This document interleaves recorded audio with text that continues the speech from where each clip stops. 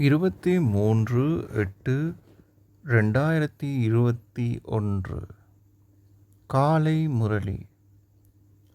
ஓம் சாந்தி. Pop தாதா மதுபன். இனிய குழந்தைகளே, நீங்கள் மிகவும் இனிமையானவர்கள் ஆகுவீர்கள் என அனைவரையும் சந்தோஷத்துடனும் அன்புடனும் பார்ப்பீர்கள் என உங்களுக்குள் சத்தியம் செய்யுங்கள். எவருடைய பெயரிலும் ரூபத்திலும் சிக்கிக் கொள்ளாதீர்கள். கேள்வி: யோகத்தின் பெறுபேறு என்ன? சக்தி வாய்ந்த யோகிகளின் அடையாளங்கள் யாவை? பதில்: உங்கள் பௌதீக புலன்கள் அனைத்தும் முற்றிலும் அமைதியும் குளிர்ச்சியும் அடைவதே யோகத்தின் பெறுபேறாகும். எவருடைய புலன்கள் முற்றாக எந்த விஷமத்தனமும் செய்வதில்லையோ அவர்களே உறுதியான யோகி குழந்தைகள். அவர்களுடைய பார்வை எச்சரீரதாரிகளையும் நோக்கியும் சிறிதளவேனும் ஈர்க்கப்பட மாட்டாது. இனிய குழந்தைகளே, இனி மேலும் நீங்கள் இளையவர்கள் அல்லர். நீங்கள் இப்பொழுது உங்கள் ஓய்வு ஸ்திதியிலேயே இருக்கிறீர்கள். நீங்கள் இப்பொழுது உங்கள் ஓய்வு ஸ்திதியிலேயே இருக்கிறீர்கள். பாடல்: விழித்தெழுங்கள் ஓ மனவாட்டிகளே, விழித்தெழுங்கள், அந்த நாள் வரவுள்ளது. விழித்தெழுங்கள் ஓ மனவாட்டிகளே, விழித்தெழுங்கள், அந்த நாள் வரவுள்ளது.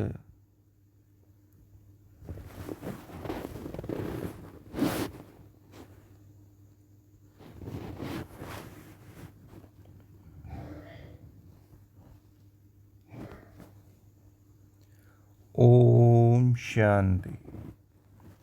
இனிமையிலும் இனிமையான ஆன்மீக குழந்தைகளான நீங்கள் பாடலை செவிமடுத்தீர்கள். உங்கள் இதயங்களில் இதன் அர்த்தத்தை கடைந்து சந்தோஷத்தை அனுபவம் செய்யுங்கள். ஏனெனில் இவை புதிய உலகிற்கான விடயங்களாகும்.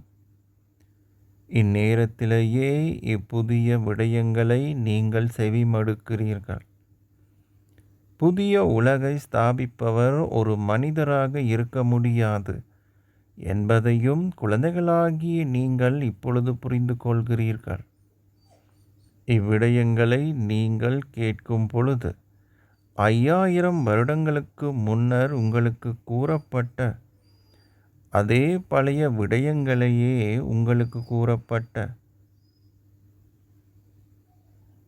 அதே பழைய விடயங்களே மீண்டும் ஒரு முறை புதிதாக உங்களுக்கு கூறப்படுகின்றன என்று புரிந்து கொள்கிறீர்கள். புதியவை பழையவை ஆகுகின்றன, பழையவை புதியவை ஆகுகின்றன. 5000 ஆண்டுகளுக்கு முன்னர் பாபா உங்களுக்கு கூறிய அதே விடயங்கள் அனைத்தையும் புதிதாக உங்களுக்கு கூறுகின்றார் என்பதை நீங்கள் இப்பொழுது அறிவீர்கள். அவை அதே விடயங்களே. அவர் ஏன் அவற்றை கூறுகிறார்? புதிய உலகம் எனும் உங்கள் ஆஸ்தியை நீங்கள் பெறுவதற்காகும். இங்கே நீங்கள் ஞான நடனம் ஆட வேண்டும். பக்தியிலும் அவர்கள் பல நடனங்களை ஆடுகிறார்கள். அவர்கள் செல்லும் இடங்களெல்லாம் தொடர்ந்தும் நடனமாடுகிறார்கள். ஞான நடனம் மிக இலகுவானது.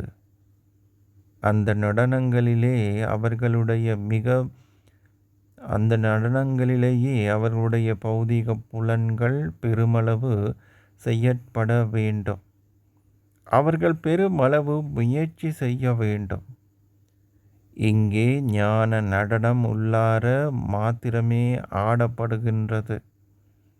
உலக சக்கரம் எவ்வாறு சுழல்கின்றது என்ற ஞானத்தை உங்கள் புத்தி கொண்டுள்ளது. இதிலே எச்சரீரமும் இல்லை. ஆம், நினைவிற்கே முயற்சி தேவை.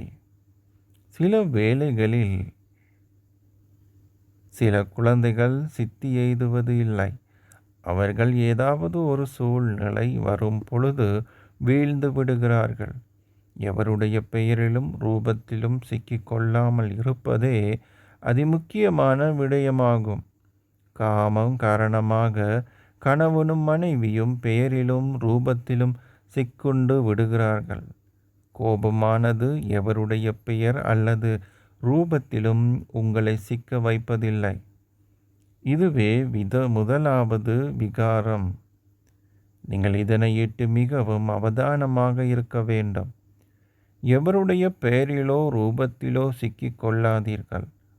உங்களை ஆத்மாக்களாக கருதுங்கள். ஆத்மாவாகிய நான் சரீரமற்று வந்தேன். நான் இப்பொழுது சரீரமற்றே திரும்பி செல்ல வேண்டும். சரீர உணர்வு துண்டிக்கப்படல் வேண்டும். எவரது பெயரிலும் ரூபத்திலும் சிக்கிக்கொள்ளும் நோய் மிகவும் தீயது. தந்தை குழந்தைகளாகிய உங்களை எச்சரிக்கிறார். சில குழந்தைகள் இதை முற்றாகவே புரிந்து கொள்வதில்லை. நீங்கள் ஒருவரின் பெயரிலோ ரூபத்திலோ சிக்கிக்கொள்கிறீர்கள் என்று பாபா அனாவசியமாக கூறுகிறார் என அவர்கள் கூறுகின்றார்கள். எவ்வாறாயினும் அது ஒரு மறைமுகமான நோயாகும். இதனாலேயே மணவாளன் மணவாட்டிகளை விழித்தெழ செய்கிறார். அதாவது தந்தை குழந்தைகளான உங்களை விழித்தெழ செய்கிறார். குழந்தைகளே, விழித்தெழுங்கள். கலியுகத்திற்கு பின்னர் சக்தி யுகம் இப்பொழுது மீண்டும் வரப்போகின்றது. தந்தை உங்களுடைய ஒளிகளை ஏற்றுவதற்காக வருகிறார். ஒருவர் மரணிக்கும் பொழுது மக்கள் அவருக்காக ஒரு தீபத்தை ஏற்றுகிறார்கள். அதன் பின்னர் அந்த ஆத்மா இருளை அனுபவம் செய்யாதிருப்பதற்காக தீபம் அணைந்து விடாமல் அவர்கள் பாதுகாக்கிறார்கள். உண்மையில் அவ்விடயங்கள் அனைத்தும் பக்தி மார்க்கத்தை சேர்ந்தவை. ஆத்மா ஒரு வினாடியில் பிரிந்து செல்கின்றார். சிலர் ஒளியையும் கடவுள் என கருதுகிறார்கள். அவர்கள் பிரம்ம தத்துவத்தை பேரொளி என்று கருதுகிறார்கள். இரவு பகலாக ஒரு தீபத்தை ஏற்றி வைத்திருக்கும் ஓர் ஆலயம் பிரம்ம சமாஜிகளிடம் உள்ளது.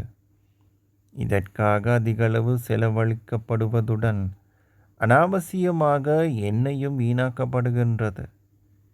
இங்கே நீங்கள் எதையும் ஊற்ற தேவையில்லை. நினைவு எண்ணெயை போல் தொழிற்படுகிறது. நினைவு எண்ணெயை போல் தொழிற்படுகிறது. நினைவின் வடிவமே எண்ணெயாகும். இனிமையிலும் இனிமையான குழந்தைகளாகிய நீங்கள் இதனை புரிந்து கொள்கிறீர்கள். இது புதியதொன்று என்பதால் சச்சரவுகள் உள்ளன. தந்தை கூறுகிறார், நான் இனிமையான குழந்தைகளாகிய உங்களிடமே வருகிறேன். நான் பாரதத்தில் மாத்திரம் வருகின்றேன். அனைவரும் தங்கள் தாய் நாட்டின் மீது பெருமளவு அன்பு வைத்திருக்கிறார்கள். தந்தை அனைவரையும் நேசிக்கிறார். எனினும் நான் எனது பாரத பூமிக்கு மாத்திரமே வருகிறேன். கீதையிலே கிருஷ்ணருடைய பெயர் குறிப்பிடப்படாமல் இருந்தால் மனிதர்கள் அனைவரும் சிவபாபாவின் மீது நம்பிக்கை கொண்டிருப்பார்கள். பலரும் சிவாலயத்திற்கு செல்கிறார்கள். சோமநாதர் ஆலயமே மகத்தான ஆலயமாகும். இப்பொழுது பல ஆலயங்கள் கட்டப்பட்டுள்ளன. மக்கள் எல்லையற்ற தந்தையின் மீது நம்பிக்கை கொண்டிருக்கின்ற அளவிற்கு கிருஷ்ணரின் மீது நம்பிக்கை கொண்டிருப்பதில்லை. இந்நேரத்திலேயே உங்களுக்கு அவரை போல இனிமையானவர் வேறெவருமே இல்லை. இது இங்கிருக்கின்ற சரீரதாரியின் புகழ் அல்ல. இது எதனையும் அனுபவம் செய்வதன் தாக்கத்திற்கு அப்பாற்பட்டிருக்கின்ற அசரீரியானவரின் புகழாகும். எல்லையற்ற தந்தையே சொர்க்கத்தை படைப்பவர். ஆகையால் அவரிடமிருந்து உங்கள் ஆஸ்தியை பெற நீங்கள் முயற்சி செய்ய வேண்டும். இன்று நாளை என கூறியவாறு இருக்கையில் உங்களுக்கு மரணம் நேர்கின்றது. மிக குறுகிய காலமே எஞ்சியுள்ளது. குறைந்தபட்சம் தந்தையிடமிருந்து உங்கள் ஆஸ்தியை பெறுங்கள். நீங்கள் அவர்களை வினா படிவத்தை நிரப்புமாறு கேட்கும் பொழுது அவர்களிடம் கூறுங்கள், அவரே எல்லையற்ற தந்தை என்ற நம்பிக்கையை நீங்கள் கொண்டிருப்பதால் தந்தையிடமிருந்து உங்கள் ஆஸ்தியை பெறுவதற்கு முயற்சி செய்யுங்கள். இல்லாவிட்டால் வெளியே சென்றவுடன் அனைத்தையும் நீங்கள் மறந்து விடுவீர்கள். தந்தையே உபகாரி. அவர் கூறுகிறார், இந்த யோகத்தை கொண்டிருப்பதால் 21 பிறவிகளுக்கு உங்கள் துன்பங்கள் அனைத்தும் அகற்றப்படும். குழந்தைகளான நீங்கள் வீட்டில் தொடர்ந்தும் விளங்கப்படுத்த வேண்டும். அனைத்து துன்பங்களையும் அகற்றுபவரான எல்லையற்ற தந்தையை நினைவு செய்வதனால் நீங்கள் தமோ பிரதானிலிருந்து சத்தோ பிரதான் ஆகுவீர்கள். நீங்கள் நிச்சயமாக தூய்மையாக இருக்க வேண்டும். தூய்மையே பிரதான விடயம். நீங்கள் எந்த அளவிற்கு அதிகமாக நினைவில் நிலைத்திருக்கின்றீர்களோ அந்த அளவிற்கு அதிகமாக உங்கள் பௌதிக அங்கங்கள் அமைதி நிறைந்தவை ஆகும். யோகத்தின் பெறுபேறை நீங்கள் அடையும் வரை உங்களுடைய பௌதீக அங்கங்களான அமைதி அடைய முடியாது. பௌதீக அங்கங்களால் அமைதி அடைய முடியாது. நீங்கள் ஒவ்வொருவரும் உங்களை சோதிக்க வேண்டும். காம விகாரத்தினால் நான் ஏமாற்றப்படுகின்றேனா? நான் சக்தி வாய்ந்த யோகி ஆயின் எந்த விஷமத்தனமும் இருக்கக்கூடாது. இது ஓய்வு ஸ்திதியையும் போன்றதாகும். இது ஓய்வு ஸ்திதியை போன்றதாகும். தொடர்ந்தும் தந்தையை மாத்திரம் நினைவு செய்யுங்கள். தந்தை குழந்தைகள் அனைவருக்கும் விளங்கப்படுத்துகிறார். நீங்கள் நல்ல யோகிகளாகி உங்கள் கண்கள் எங்கும் ஈர்க்கப்படாமல் இருக்கும் பொழுதே உங்கள் பௌதீக அங்கங்கள் அமைதி நிறைந்தவை ஆகும். கண்களே உங்களை ஏமாற்றுகின்றன. பிரதான விடயம். கண்களே உங்களை ஏமாற்றுகின்ற பிரதான விடயம். உங்கள் யோக ஸ்திதி மிகவும் நன்றாக இருந்தால் இளமையிலேயே நீங்கள் உங்கள் ஓய்வு ஸ்திதியை அடைந்து விட்டீர்கள் என்பதை உங்களால் உணர முடியும். தந்தை கூறுகிறார், காமமே மிக கொடிய எதிரி. தொடர்ந்தும் உங்களை சோதியுங்கள். நீங்கள் எந்த அளவிற்கு அதிகமாக நினைவில் நிலைத்திருக்கின்றீர்களோ அந்த அளவிற்கு அதிகமாக உங்கள் பௌதீக அங்கங்களும் அமைதி அடைந்தவுடன் உங்கள் சுபாவம் இனிமையானவதாகும். அப்பொழுது முன்னர் நான் மிகவும் கசப்பானவராக இருந்தேன், இப்பொழுது நான் மிக இனிமையானவராகி விட்டேன் என நீங்களே உணர்வீர்கள். பாபாவே அன்பு கடல். குழந்தைகளாகிய நீங்களும் அவ்வாறாக வேண்டும். ஆதலால் பாபா கூறுகின்றார், அனைவரையும் அன்புடன் பாருங்கள். நீங்கள் எவருக்கேனும் துன்பம் விளைவித்தால் துன்பத்திலேயே மரணிப்பீர்கள். எனவே மிகவும் இனிமையானவர்களாகுங்கள். தந்தை கூறுகிறார், நானே ரூப்பும் பசாண்டும் ஆவேன். நீங்கள் பாபாவிடமிருந்து அத்தகைய பெருமதி வாய்ந்த ஞான ரத்தினங்களை பெறுகிறீர்கள். நீங்கள் இவற்றினால் உங்கள் புத்தியை நிரப்ப வேண்டும். அம்மக்கள் சங்கரரின் முன்னிலைக்கு சென்று தங்கள் புத்தியை நிரப்புமாறு வேண்டுகிறார்கள். அனைவரதும் புத்தியையும் நிரப்புபவர் சங்கரர் அல்லர் என்பதை அவர்கள் புரிந்து கொள்வதில்லை. ஞான கடலான பாபாவை குழந்தைகளாகிய உங்கள் புத்தியை ஞான ரத்தினங்களால் நிரப்புகிறார் என்பதை நீங்கள் இப்பொழுது புரிந்து கொள்கிறீர்கள். நீங்களும் ரூப்பும் பசாண்டும் ஆவீர்கள். ஆத்மாக்களாகிய நீங்கள் ஒவ்வொருவரும் ரூபம் வசாண்டமாவீர்கள்.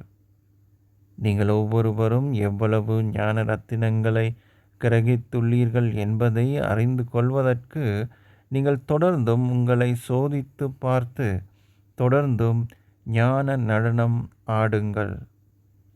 நீங்கள் மற்றவர்களுக்கு ரத்தினங்களை தானம் செய்ய வேண்டும் என்பதே அதன் அர்த்தமாகும். மன்மனா பவ என்பதே அதிசிறந்த ரத்தினம் ஆகும். தந்தையை நினைவு செய்வதால் நீங்கள் தந்தையின் ஆஸ்தியை பெறுகிறீர்கள்.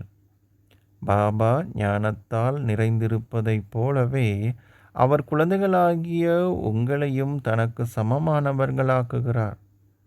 குருமாரும் மற்றவர்களையும் தமக்கு சமமானவர்கள் ஆக்குகிறார்கள். அவரே புள்ளி வடிவமான எல்லையற்ற தந்தை. உங்கள் ரூபங்களும் புள்ளிகளே. அவர் குழந்தைகளாகிய உங்களையும் தனக்கு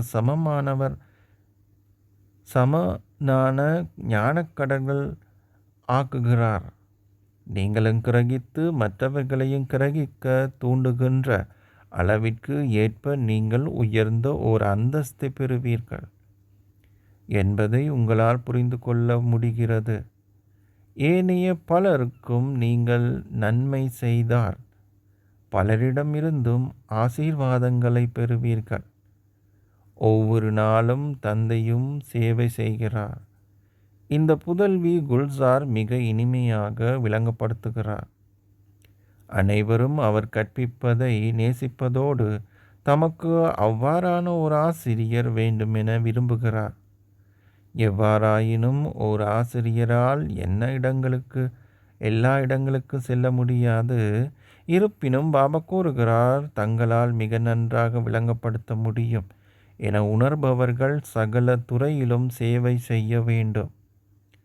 மற்றைய நிலையங்களை சுற்றி பார்ப்பதிலேயே அவர்களுக்கு ஆர்வம் இருக்க வேண்டும்.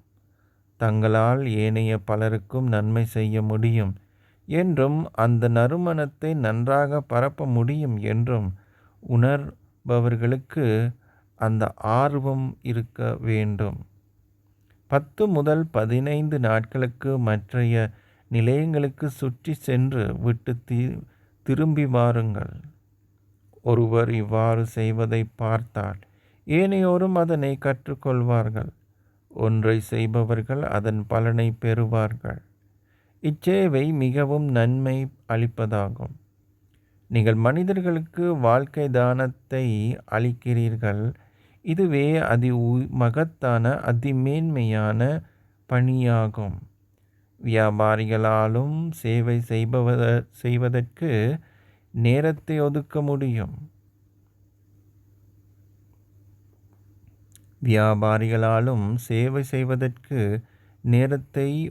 முடியும். தந்தை சேவை செய்பவர்களை நேசிப்பதுடன் அவர்களை பராமரிக்கிறார். சேவை செய்வதிலே ஆர்வம் உடையவர்களால் சேவை செய்யாமல் இருக்க முடியாது. தந்தையும் உங்களுக்கு உதவி செய்கிறார். குழந்தைகளாகிய நீங்கள் மிகவும் கருணை நிறைந்தவர்கள் ஆக வேண்டும். அந்த அப்பாவி மக்கள் மிகவும் துன்பமும் நிறைந்த வாழ்க்கைகளை கொண்டுள்ளார்கள். அவர்களுக்கு நீங்கள் வாழ்க்கை தானத்தை கொடுக்கிறீர்கள். ஒருவருக்கு அழியாத ஞான ரத்தினங்களை தானம் செய்வதை போன்ற மகத்தான மேன்மையான தானம் வேறெதுவும் இல்லை. நீங்கள் மிகவும் கருணை நிறைந்தவர்களாக வேண்டும். ஆசிரியர்கள் பலவீனமானவர்களாக இருக்கும் பொழுது சேவையும் பலவீனமடைகிறது. இதனாலேயே அவர்கள் ஒரு நல்ல ஆசிரியரை கேட்கிறார்கள்.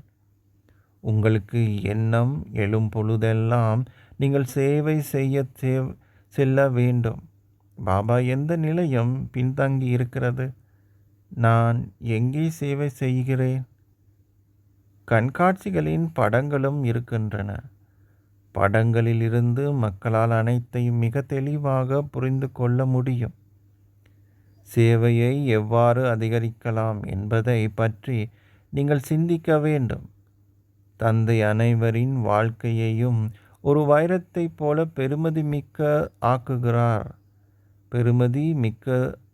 ஆக்குகிறார்.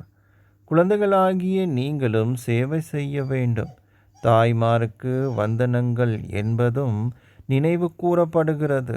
ஆனால் அவர்கள் அதன் அர்த்தத்தை புரிந்து கொள்வதில்லை.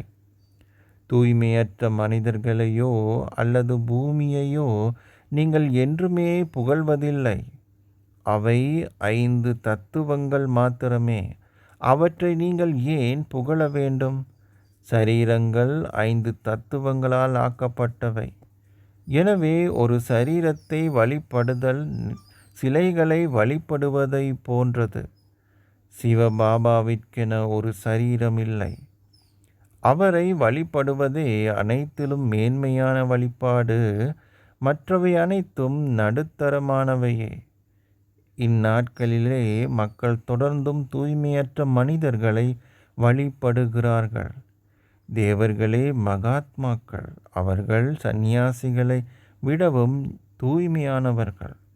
நீங்கள் தேவர்கள் ஆகுகிறீர்கள் என்பதை குழந்தைகளாகிய நீங்கள் இப்பொழுது கூறுவீர்கள். தந்தை இப்பொழுது எவ்வாறு அழிவற்ற ஞான ரத்தினங்களை தானம் செய்வது என்று எங்களுக்கு கற்பிக்கிறார். இதைவிட மகத்தான தானம் வேறெதுவுமே இருக்க முடியாது.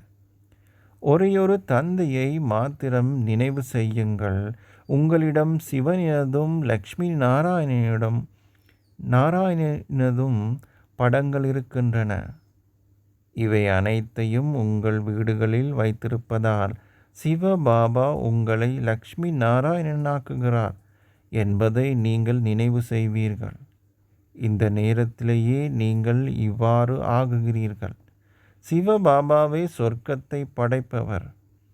அவர் உங்களுடைய ஆஸ்தியை உங்களுக்கு சத்திய யுகத்திலே கொடுப்பதில்லை. சிவபாபா கூறுகிறார், இந்த இறுதி பிறவியிலேயே என்னை நினைவு செய்வதனால் நீங்களும் அவ்வாறு ஆகுவீர்கள். ஏனைய அனைத்தையும் மறந்து வேறெதிலும் அன்றி உங்களை சேவையில் ஈடுபடுத்துங்கள். தந்தையை நினைவு செய்தலும் மகத்தான சேவையே. தத்துவங்கள் போன்றவை அனைத்தும் தூய்மையாகும். யோகத்தின் புகழ் மிகவும் மகத்தானது. உலகிலே பல யோக ஆச்சிரமங்கள் இருக்கின்றன. ஆனால் அவை அனைத்தும் சரீரத்திற்கான ஹத்த யோகத்தையே கற்பிக்கின்றன. உங்களுடைய இந்த ராஜயோகம் உங்கள் படகை அக்கறை அடைய செய்கின்றது. பலவிதமான அந்த அத்த யோகங்களால் நீங்கள் தொடர்ந்தும் ஏணியிலிருந்து கீழிறங்கி வந்தீர்கள். நினைவே பிரதான விடயம். உங்கள் மனம் விகாரங்களை நோக்கி செல்லாதிருப்பதை நீங்கள் சோதிக்க வேண்டும். விகாரமானவர்கள் தூய்மையற்றவர்கள் என கூறப்படுகின்றார்கள். அதாவது அவர்கள் சிப்பி பெறுமதி உடையவர்கள். காமத்திலே விழுவதால் நீங்கள் உங்களுடைய சேதத்தை ஏற்படுத்தி கொள்கின்றீர்கள். தந்தை பார்க்கிறாரோ இல்லையோ, ஏதாவது ஒன்றை செய்பவர்கள் அதனை பெறுகிறார்கள். நீங்கள் தந்தையின் சேவையை செய்கிறீர்களா என்பதை சோதித்து பாருங்கள். என்னிடம் குறைபாடுகள் ஏதாவது இருக்கின்றனவா? என்னிடம் அவை இருந்தால் அவற்றை நான் அகற்ற வேண்டும். நீங்கள் உங்கள் பலவீனங்களை அகற்ற வேண்டும் என்பதற்காக தந்தை தொடர்ந்தும் பெருமளவில் உங்களுக்கு கூறுகிறார். நற்குணம் அற்றிருத்தல் என்பதன் அர்த்தத்தை எவருமே புரிந்து கொள்வதில்லை. அவர்களிடம் நற்குணங்கள் எவையும் இல்லாதிருக்கும் பொழுது நற்குணங்கள் அற்ற குழந்தைகள் என்ற நிறுவனத்தினால் என்ன செய்ய முடியும்? அவர்கள் தமது மனதிலே தோன்றுபவை அனைத்தையும் தொடர்ந்தும் அர்த்தமில்லாமல் கூறுகிறார்கள். எண்ணற்ற அபிப்பிராயங்கள் இருக்கின்றன. நீங்கள் எல்லையற்ற சந்தோஷத்தை அனுபவம் செய்வதற்காக ஒரே வழிகாட்டலை பெறுகிறீர்கள். தந்தை கூறுகிறார், என்னை நினைவு செய்து ஒரு தாமரை மலர் போல தூய்மையாகுங்கள். உங்கள் எண்ணங்கள், வார்த்தைகள், செயல்களில் தூய்மையாகுங்கள். பிராமணர்களான நாங்கள் ஸ்ரீமத்தை பின்பற்றுவதனால் எங்களது சரீரங்கள், மனங்கள் செல்வம் மூலம் எங்களுக்கும் முழு உலகிற்கும் சேவை செய்கின்றோம் என்பதை குழந்தைகளாகிய நீங்கள் அறிவீர்கள். தந்தை பாரதத்தில் மாத்திரமே வருகிறார். பாண்டவர்களான நீங்கள் பாரதத்தை சொர்க்கமாக்குவதற்கு சேவை செய்கிறீர்கள். நீங்கள் உங்கள் வேலையை செய்கிறீர்கள். கடைசியில் பாண்டவர்களே வெற்றி அடையப் போகிறார்கள். இது போரை பற்றிய கேள்வி அல்ல. நீங்கள் இரட்டை அகிம்சாவாதிகள். நீங்கள் காமத்திலே ஈடுபடுவதோ துப்பாக்கிகளை பயன்படுத்துவதோ இல்லை. வன்முறை மூலம் எவராலும் உலகின் ராஜ்யத்தை அடைய முடியாது. அவர்கள் இருவரும் ரஷ்யாவும் அமெரிக்காவும் ஆகும். ஒன்றுபட்டால் அவர்களால் முழு உலகையும் ஆட்சி செய்ய முடியும் என பாபா விளங்கப்படுத்தியுள்ளார். எவ்வாறாயினும் அது நாடகத்திலே இல்லை. கிறிஸ்தவர்கள் கிருஷ்ண பூமியை கிருஷ்ணபுரி விழுங்கினார்கள். அதிலும் பாரதமே கிருஷ்ணரின் பூமியாக இருந்தது. அவர்கள் போர் தொடுத்து ராஜ்யத்தை பெற்றதுடன் பெருமளவு செல்வத்தையும் கொள்ளையடித்தார்கள். அந்த செல்வம் இப்பொழுது திரும்பவும் கொடுக்கப்படுகின்றது. பின்னர் நீங்கள் உலக அதிபதிகளாகுவீர்கள். பாபா உங்களுக்கு பல்வேறு சாமர்த்தியமான வழிமுறைகளை கொடுக்கிறார். அவர்கள் உங்கள் ராஜ்யத்தை அபகரித்தார்கள். இப்பொழுது அவர்கள் தங்களுக்குள் சண்டையிட நீங்கள் உலக அதிபதிகளாகுவீர்கள். இது அத்தகைய மிகப்பெரியதோர் ராஜ்யமாகும். தொடர்ந்தும் பாபாவை நினைவு செய்து உங்கள் ஆஸ்தியை கோருகின்ற ஒரே விடயத்திற்கே முயற்சி தேவைப்படுகிறது. இதை பற்றி நீங்கள் விரக்தி அடைந்தவர்கள் ஆகக்கூடாது. அச்சா, இனிமையிலும் இனிமையான அன்புக்குரிய எப்போதோ தொலைந்து இப்போது கண்டுபிடிக்கப்பட்டிருக்கும் குழந்தைகளுக்கு உங்கள் தந்தை தாயாக இருக்கும் பாப் தாதாவின் அன்பும் நினைவுகளும் காலை வந்தனங்களும். ஆன்மீக தந்தை ஆன்மீக குழந்தைகளுக்கு நமஸ்தே சொல்லுகிறார். ஆன்மீக குழந்தைகள் ஆன்மீக தந்தைக்கு நமஸ்தே சொல்லுகின்றோம். தாரணைக்கான சாராம்சம். முதலாவது, ஏனைய அனைத்தையும் மறந்து ஞானத்தை தானம் செய்யுங்கள். ரூபும் பசாண்டும் ஆகுங்கள். உங்கள் பலவீனங்களை அகற்றுவதற்கு முயற்சி செய்யுங்கள். மற்றவர்களை பார்க்காதீர்கள். இரண்டாவது, உங்கள் சுபாவத்தையும் மிகவும் இனிமையானதாக ஆக்குங்கள். அனைவரையும் அன்புடன் பாருங்கள். எவருக்கும் துன்பம் விளைவிக்காதீர்கள். உங்கள் பௌதீக புலன்களை வென்றவர்கள் ஆகுங்கள். ஆசீர்வாதம். நீங்கள் அமிர்த வேளையின் உதவியாலும் ஸ்ரீமத்தின் பராமரிப்பு மூலமும் உங்களுடைய விழிப்புணர்வை சக்தி மிக்கதாக்கி ஒரு நினைவு சொரூபமாகுவீர்களாக. நீங்கள் உங்களுடைய விழிப்புணர்வை சக்தி மிக்கதாக்கி ஒரு நினைவு சொரூபமாக விரும்பினால் அப்பொழுது அமிர்த வேளை நேரத்தில் பெருமதியை புரிந்து கொள்ளுங்கள்.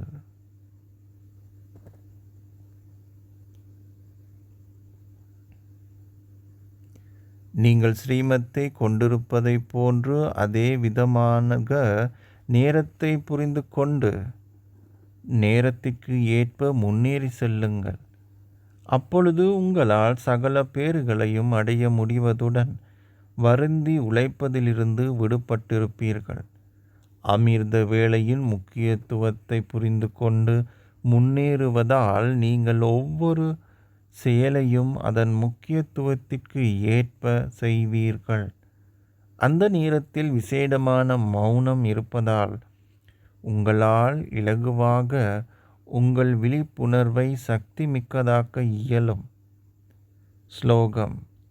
நினைவை கொண்டிருந்து கலப்படமற்ற சேவையை செய்வதால் மாயையை வென்றவர்களாக ஆகுபவர்களே சதா வெற்றியாளர்கள் ஆவார்கள். ஓம் சாந்தி.